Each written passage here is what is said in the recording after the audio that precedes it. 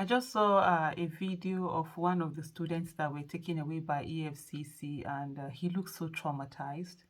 Honestly, just looking at him and just seeing how traumatized this young person is. He's a medical student that we're taking, and he could even barely speak. His eyes, you could just see he was so shaking. I'm sure, just stay in your house at night, in your hostel where you stay, and the next thing they are coming to come and pack you. That's really so terrible. And it's actually a good thing also that the Osun State Governor Adeleke has also spoken up about this issue.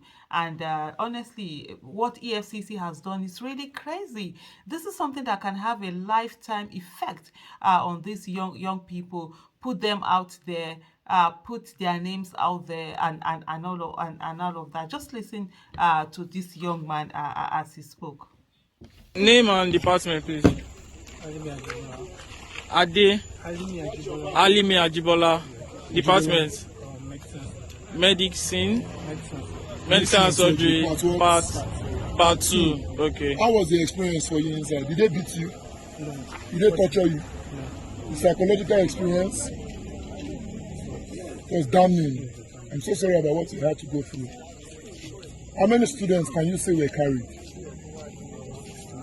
About 69 of you were carried. I'm so sorry about what you had to go through. Name and That's crazy. 69, just come and pack up people, pack them away, traumatize them. Institutions, you're supposed to be in school, you're supposed to be learning, you're supposed to have because school is supposed to be your sort of like time when you're not facing so many problems. Gosh. Only God knows the effect that this will have on this young man and many others that were taken away, are arrested.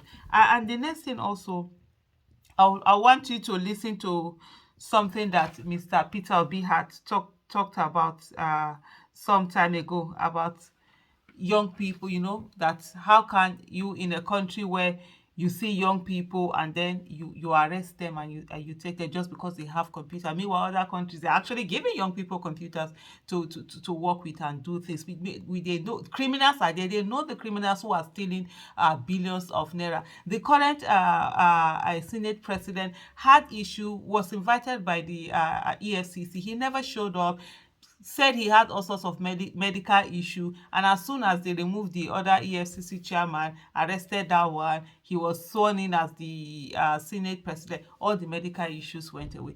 They know the criminals that they need to go after in Nigeria, but they don't go after them. They just keep going after innocent people. But anyway, just listen to what Mr. Peter Obi said. Yes. All Nigeria. When you come here, your people, these young people, if they carry computer, they arrest them. Say, which one is that? They carry computer, you arrest them. Say that for online. When people are stealing public money and getting away with it, so you just took 8 billion and you gave him 80 billion, you gave him bail. The small boys carrying laptop becomes criminal. What type of content?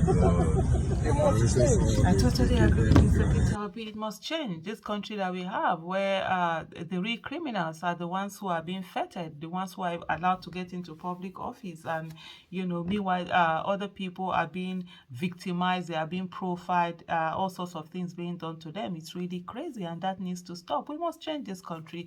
It's not a matter of being frustrated, giving up, or whatever. There are people who are ready to stay on and fight on. They must continue to do that and ensure that we get a country that works for all of us.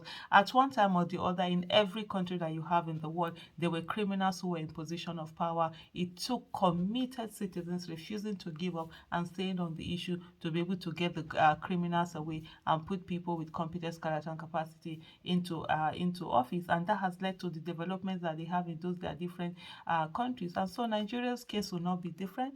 I will put in the work, and by the grace of God, we are going to get that country that we all will be proud of. Thank you for listening. Bye.